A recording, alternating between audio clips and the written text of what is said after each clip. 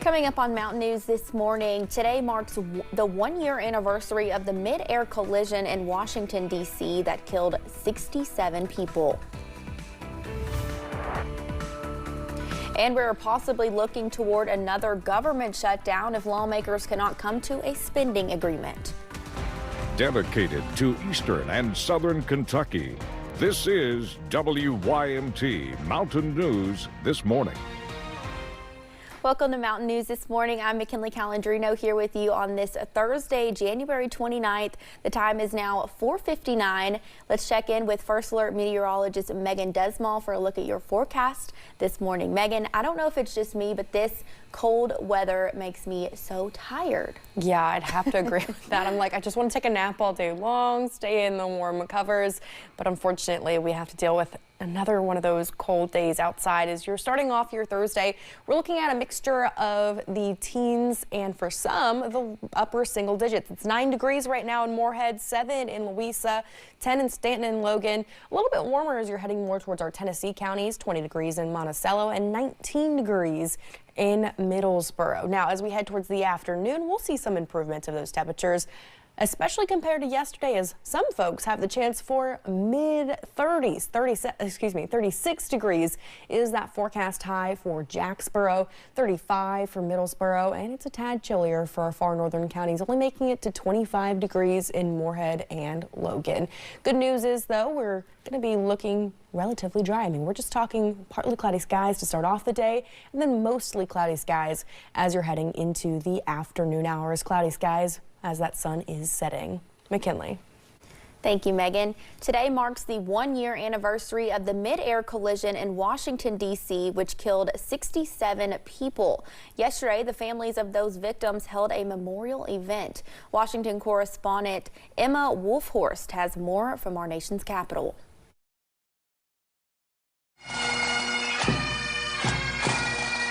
Loved ones and friends of the victims of the Flight 5342 crash gathered at DAR Constitution Hall, fewer than 5 miles from where the American Airlines regional jet collided with an Army helicopter over the Potomac River. Our lives were forever changed in an instant 1 year ago. Wednesday night's event focused on the victims and unsung heroes of the crash, remembering the 67 lives lost not as a number, but as people. Their absence has forever changed our lives, our families, and our families' lives, and we carry them with us in everything we do every day. There were various musical tributes, including the D.C. Fire Department's Emerald Society Pipes and Drums and National Cathedral Choral Society.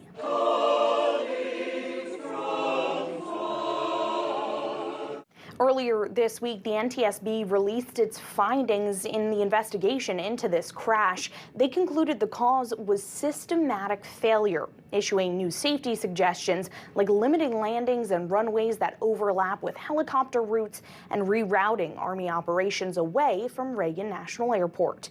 In Washington, Emma Wolfhorst. We are possibly looking toward another government shutdown if lawmakers cannot come to an agreement for spending by tomorrow. The current funding package consists of 6 different spending bills. One of those bills allocates $64 billion for the Department of Homeland Security, with $10 billion earmarked for ICE. Following the shooting death in Minnesota of Alex Preddy over the weekend, Democrats are threatening to block that bill. Instead, what they want is to pass the other 5 bills separately without funding ICE. Republicans say they're reluctant to do so.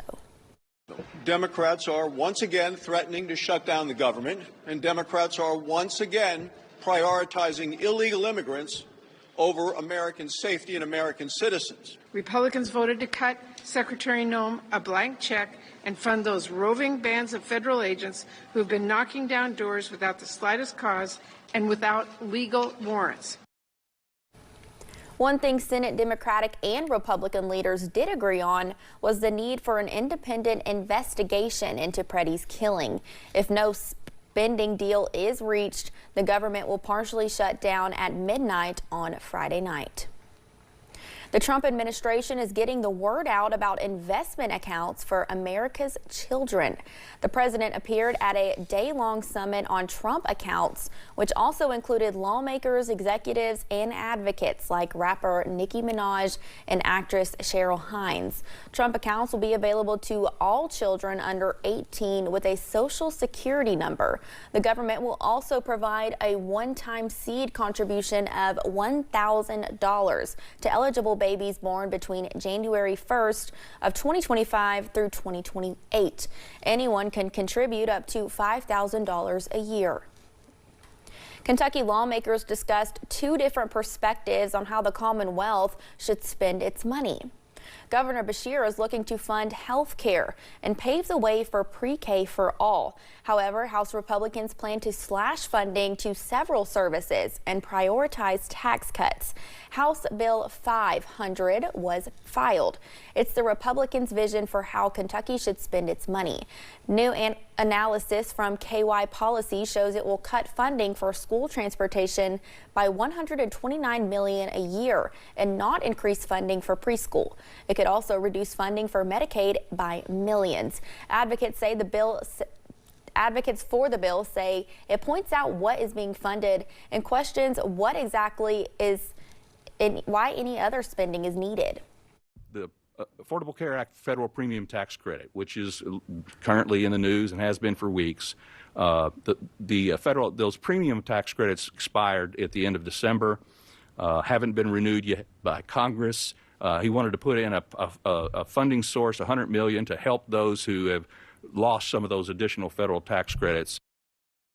The bill could also lower funding for Kentucky's SEEK program, which supports education excellence. Governor Beshear wants to prioritize funding that program. And Kentucky lawmakers are once again considering a bill that could change your drinking water. House Bill 103 passed the House Local Government Committee. The proposal would make water fluoridation optional for local water systems, removing the state mandate. Dr. Jack Call, a dentist with the International Academy of Oral Medicine and Toxicology, told lawmakers that studies suggest fluoride in water may lower children's IQ levels. So there's this risk, and even though we don't have all the answers, when there's that kind of a risk, I think it's prudent to apply a precautionary principle. The bill has been talked about and debated for 9 sessions now. The only difference this time is it includes legal protection, so districts cannot be sued for their decision to either add or not add fluoride to the water. The bill now heads to the full House. In Frankfort, lawmakers voted on a bill that would make grooming a felony.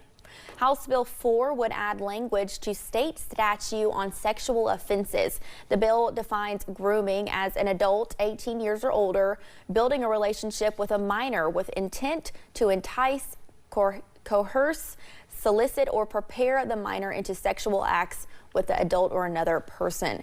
If an adult is caught doing this with someone between the ages of 13 and 17, it would be considered a misdemeanor. However, if the minor is 12 or younger, it would be a felony.